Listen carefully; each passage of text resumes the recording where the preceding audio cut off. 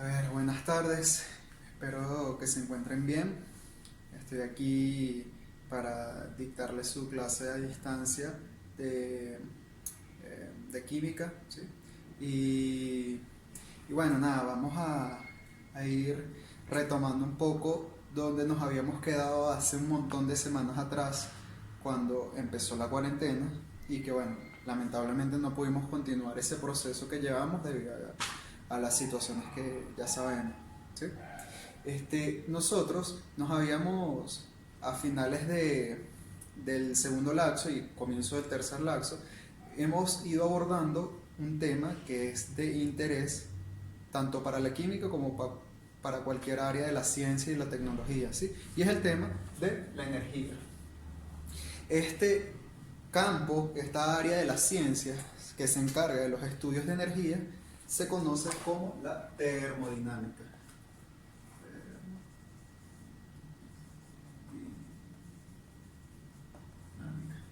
¿Sí? Y esto es un área de la ciencia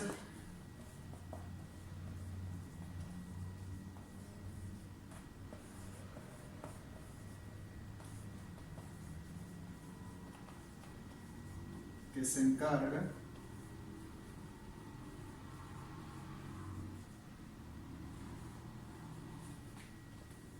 de estudiar los cambios de energía de un sistema.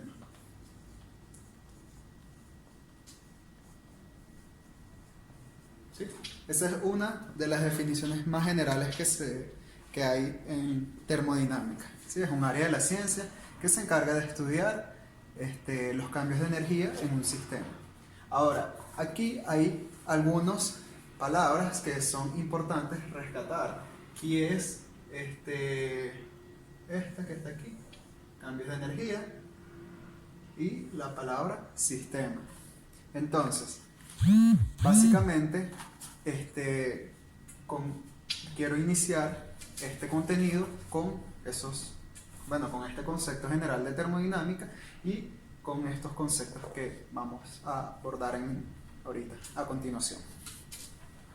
Entonces, voy a borrar.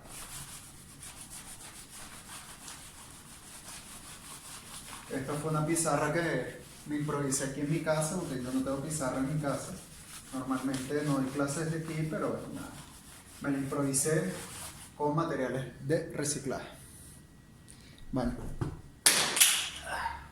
Entonces, la energía. A ver, allí se ve bien. Sí. Es lo que se requiere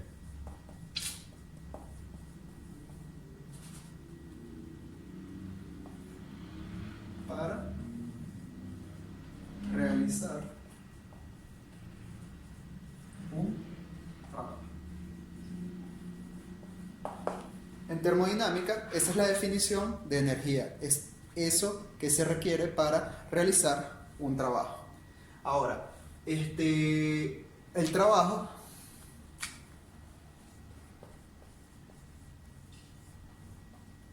es una función de camino muy utilizada en física y en química también. Se simboliza con la letra W por cómo se escribe en inglés,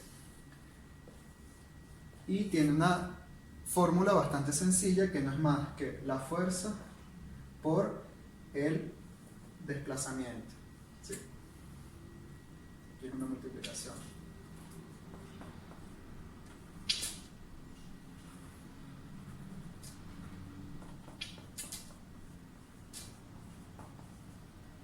F de fuerza y de desplazamiento.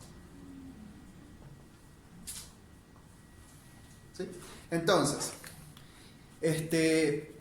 como ven, cuando nosotros hablamos de trabajo en física, nos referimos a la cantidad de fuerza que necesitamos aplicarle a algún objeto para desplazarlo de un lugar a otro.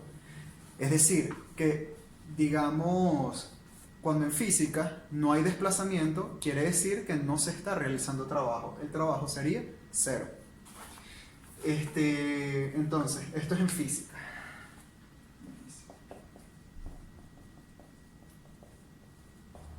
Es la definición de trabajo en física. Sin embargo, como nosotros nos vamos a encargar, voy a borrar esto que está acá arriba.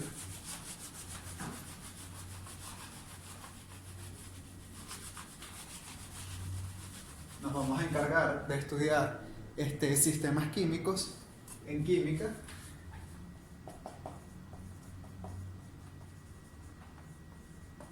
El trabajo se define como la presión, que es un tipo de fuerza, ¿sí?, por el cambio de volumen, ¿sí? Es decir, normalmente los sistemas químicos sufren cambios, o digamos la mayoría de los cambios que ellos están experimentando se pueden medir por medio de cambios de volumen, donde delta V no es más que el volumen final menos el volumen inicial, y V es igual a volumen. ¿Sí? Entonces, volumen final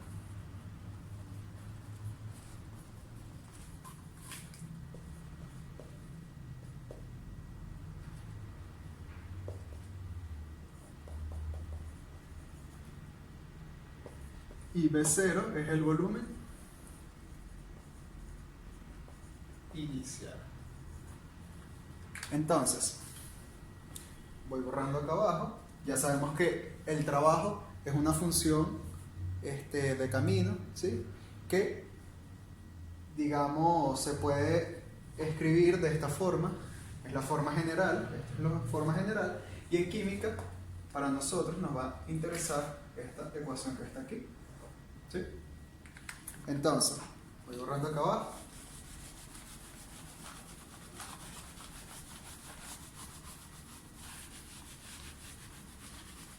Y ahora, un momentico.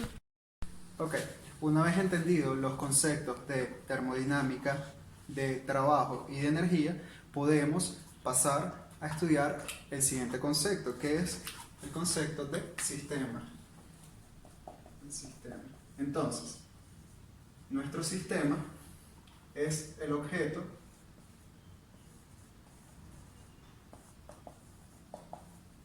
bajo estudio. O, también de la manera más general, es lo que nos interesa estudiar, ¿sí? Entonces, todo aquello que no nos interesa estudiar se conoce como alrededores. Todo lo que no sea sistema es parte de los alrededores o del universo. Entonces, a partir de esto podemos tener sistemas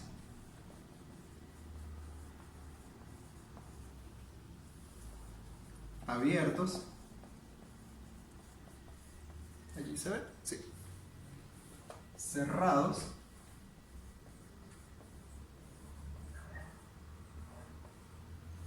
Y aislados.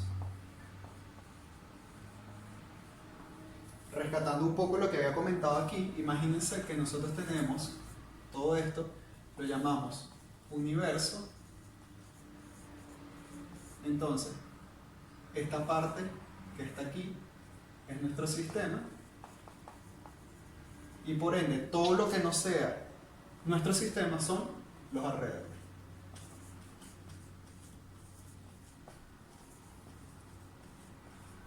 Entonces, un sistema abierto es aquel que tiene intercambio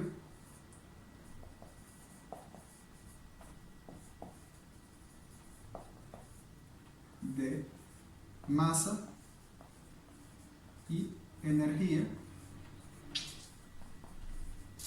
con los alrededores. Mientras que el cerrado es sería aquel que no tiene intercambio de materia o de masa, pero sí de energía. Ahora, el aislado no tiene ningún tipo de intercambio.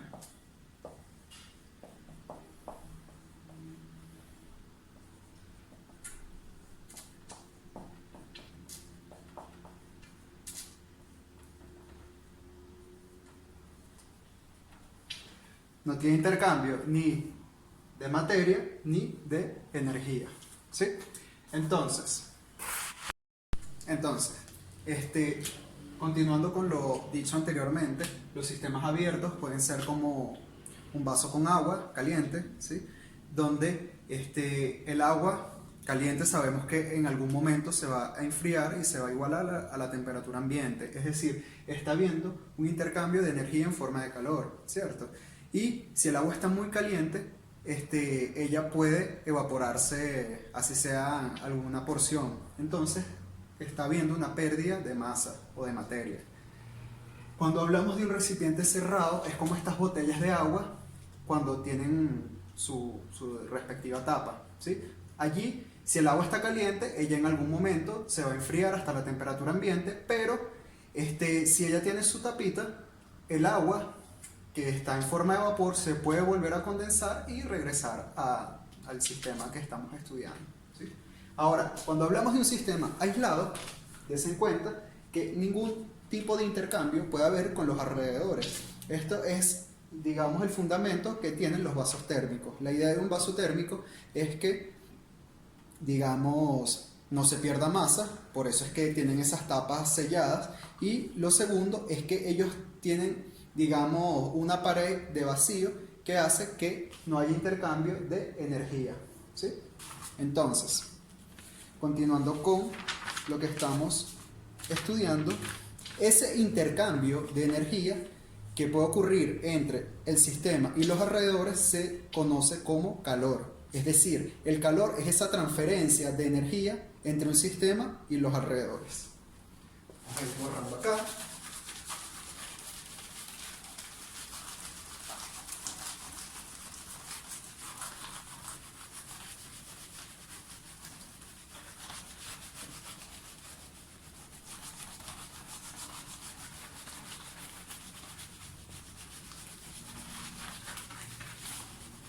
Entonces, calor. El calor se conoce como la transferencia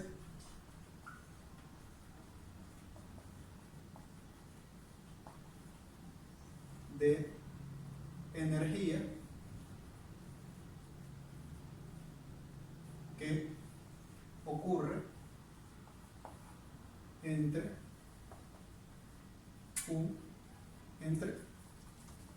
dos objetos por una diferencia de temperatura.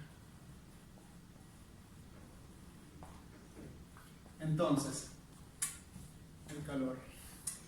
Eso que nosotros comúnmente llamamos calor no es más que esa transferencia de energía que ocurre entre dos cuerpos cuando están en contacto, obviamente.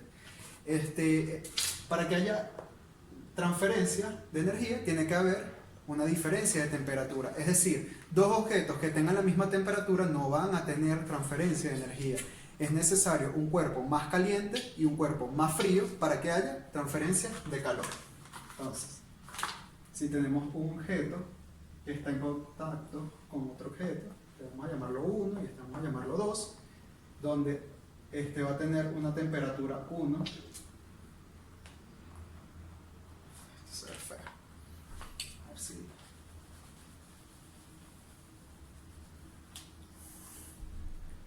donde este es T1 y este es T2, T de temperatura, ¿sí? Temperatura uno la simboliza con T. Ahora, si T1 es mayor que T2, quiere decir que aquí va a haber una transferencia de energía llamada calor, ¿sí? Calor se simboliza con la letra Q. Entonces, calor se escribe con la letra Q, ¿sí? Ahora, teniendo en cuenta esto que yo les acabo de mencionar ahorita, esa transferencia de calor de un cuerpo más caliente a un cuerpo más frío, se conoce como la ley cero de la termodinámica, ¿sí? Todo cuerpo que tenga una temperatura mayor que otro cuerpo va a transferirle energía, ¿sí? Normalmente no siempre va desde el cuerpo más caliente al más frío.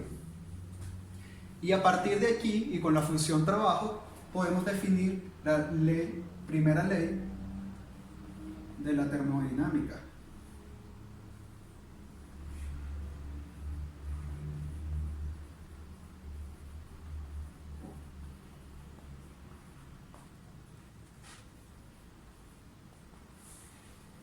Que no es más que esa suma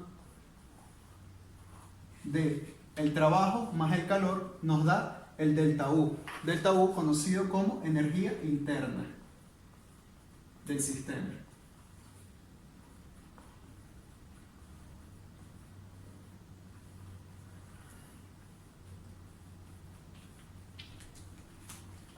Este delta U está relacionado con los motores a combustión, porque un motor de combustión, ¿qué es? No es más que un sistema que utiliza el calor para convertirlo en movimiento o en trabajo. Entonces, ya una vez comprendido el concepto de calor, que sabemos que no es más que esa transferencia de energía que ocurre de un sistema más caliente a un sistema más frío, podemos ya empezar a entrar en materia de termoquímica. Entonces, en termoquímica, que ya esta es lo que nos va a llevar a comprender la segunda ley de la termodinámica. Entonces, el calor, ¿sí?, lo podemos escribir cuando es a presión constante, ¿sí? Normalmente, cuando uno trabaja en el laboratorio o en cualquier, digamos, en cualquier ambiente, nuestra presión atmosférica por lo general es constante, ya varía muy poco a lo largo del tiempo. Entonces uno asume que esa P es constante, esa presión que nos rodea. Entonces esto se puede definir como M, que es la cantidad de masa, C sub P, que es la capacidad calorífica a presión constante, por el cambio de temperatura, ¿sí? Esta es la ecuación para determinar el calor, ¿sí? Y a su vez, con esto podemos determinar delta H, que delta H no es más que el cambio de entalpía. Es decir, el cambio de entalpía en una reacción química me dice qué está ocurriendo con el calor, si el calor está siendo suministrado a la reacción o está siendo liberado. Para definirlo, M no es más que la masa, C sub P, la capacidad calorífica, y delta T, cambio de temperatura.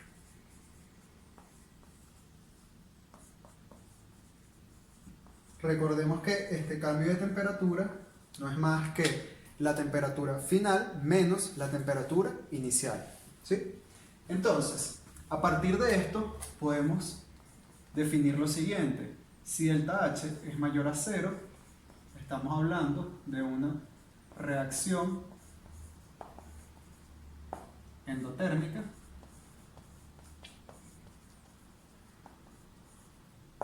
quiere decir que absorbe calor.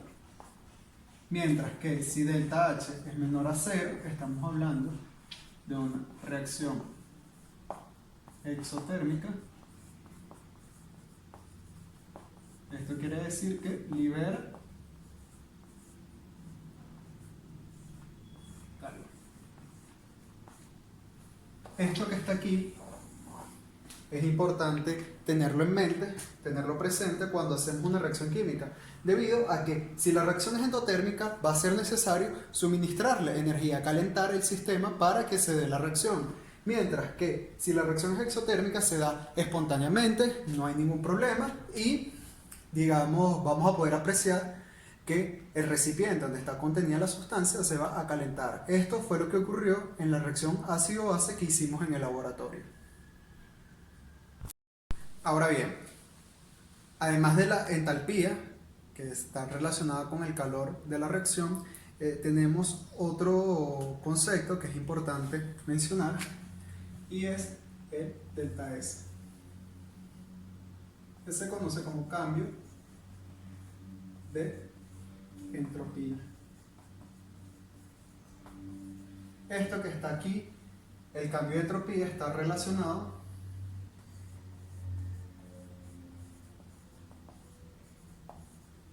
con el orden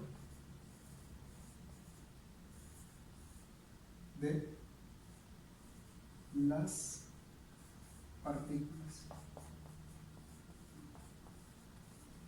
Esto pueden ser átomos o moléculas. ¿Sí? La entalpía normalmente se calcula como el calor entre el cambio de temperatura. ¿Sí? Entonces, la entropía, hay una definición que es la más general, que habla de los grados de libertad de la molécula, pero ahorita no quiero entrar en detalles con eso, sencillamente vamos a relacionarlo con el orden o el desorden de las partículas, de los átomos o de las moléculas. Entonces, voy a borrar esto.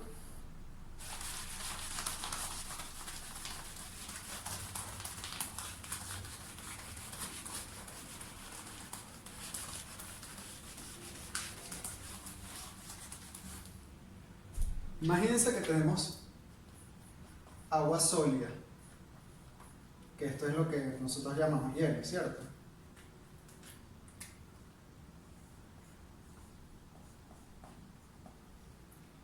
Y lo vamos a pasar o lo vamos a convertir en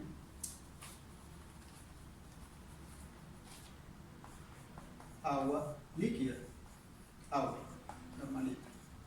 Entonces, para esto tiene un delta H mayor a 0, ¿cierto? Para esto hay que suministrarle energía para que el agua sólida se derrita y se convierta en agua líquida. Sin embargo, este proceso se da fácilmente, se da espontáneamente, debido a que si nosotros observamos el hielo no es más que un conjunto de moléculas, partículas, muy unidas, formando un cubo de hielo, ¿cierto? Y cuando la pasamos a agua, estas moléculas se van separando y por lo tanto van a tener más grados de libertad, van a tener un mayor desorden y por ende esta entropía va a ser mayor a 0. ¿Sí? Mayor desorden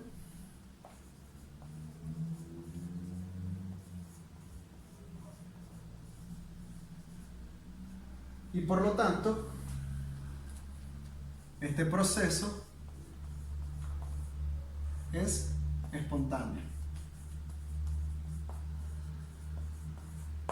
Porque los grados de libertad, el desorden, aumenta. ¿Sí? Entonces, el concepto de entropía es sumamente interesante estudiarlo porque ya habla de la parte atómica o molecular del sistema, ¿sí? Que anteriormente nunca habíamos hablado de moléculas o átomos en termodinámica. La entropía es ese, digamos, ese parámetro que toma en cuenta la parte molecular, ¿sí? Entonces, en función de esto, voy a borrar.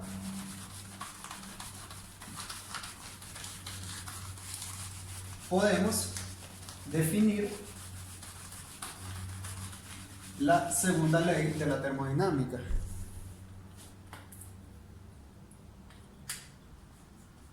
La segunda ley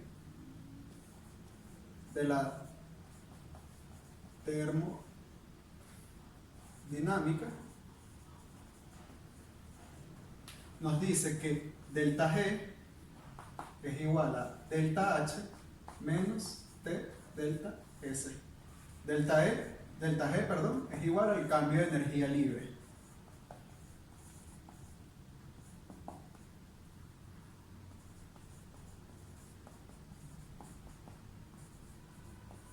De Gibbs, que fue el científico que se encargó de estudiar este fenómeno.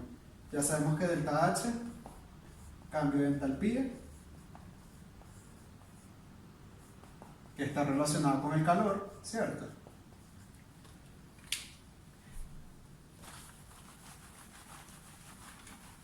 T de temperatura,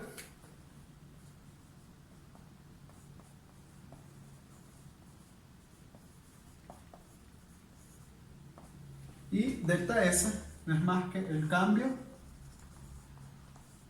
de entropía.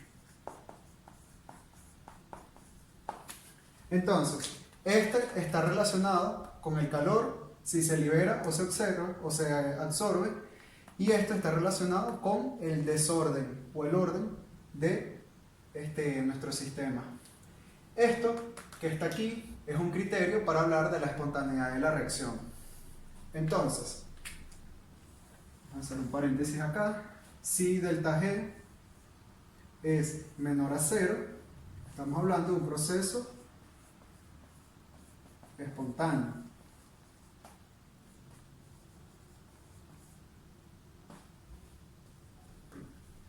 Si delta G es mayor a 0, proceso no espontáneo.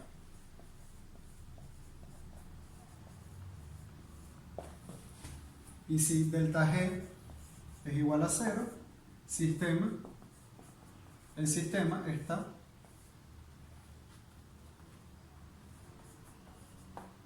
en equilibrio. ¿Sí? Es decir, ahí no va a haber ningún cambio apreciable en estos parámetros que están aquí. ¿Sí? Entonces, la espontaneidad de una reacción o de algún proceso, cualquier proceso, está relacionado con ese cambio de energía, ¿cierto? Entonces,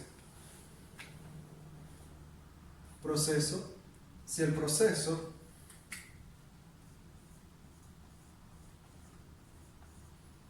es espontáneo,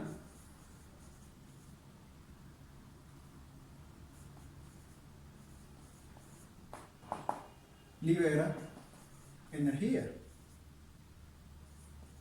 Se libera energía. Pasa a un sistema de mayor energía a otro sistema de menor energía. Este es uno. Y si el proceso no es espontáneo, tenemos que suministrarle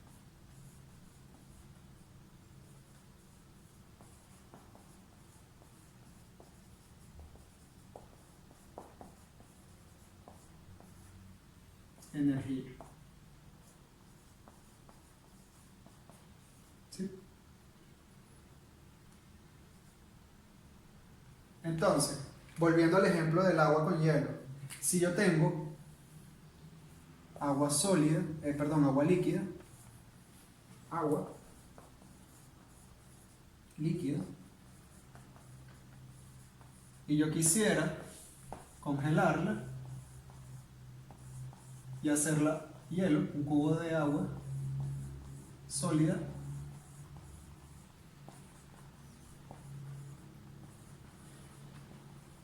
debemos suministrar energía.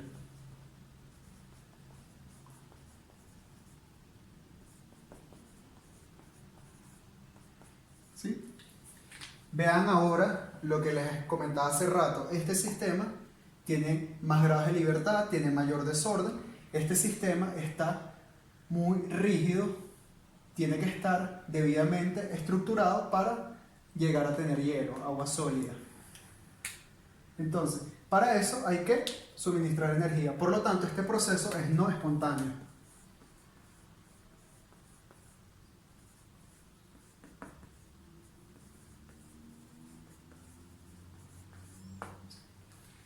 ¿Sí? Entonces, ya con esto podemos, digamos, tener todo el fundamento teórico de lo que tiene que ver con la termodinámica. Ahora, para cerrar, les voy a colocar un ejercicio, un ejemplo bastante sencillo de el cálculo de la entropía.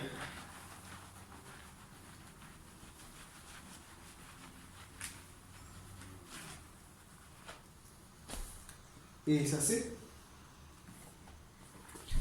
Dice, a partir de los valores de entropía que se encuentran reportados en las tablas, calcule los cambios de entropía estándar de la siguiente reacción.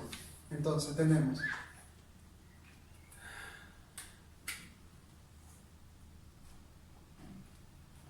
carbonato de calcio, esto es un sólido, pasando a óxido de calcio, sólido también, más dióxido de carbono, esto es un gas.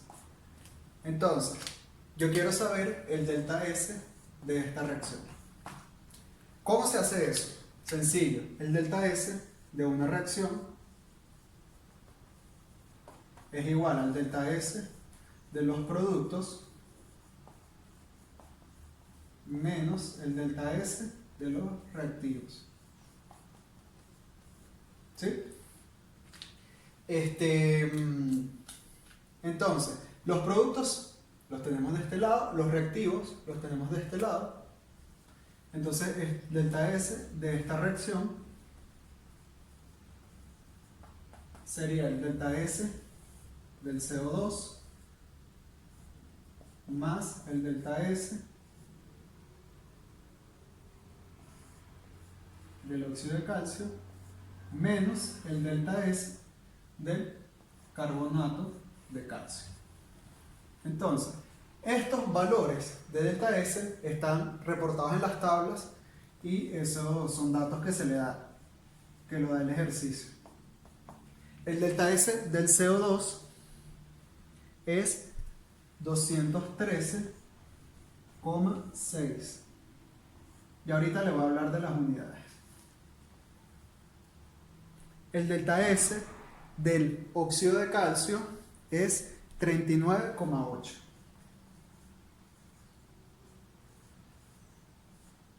Menos el de carbonato de calcio, que es 92,9.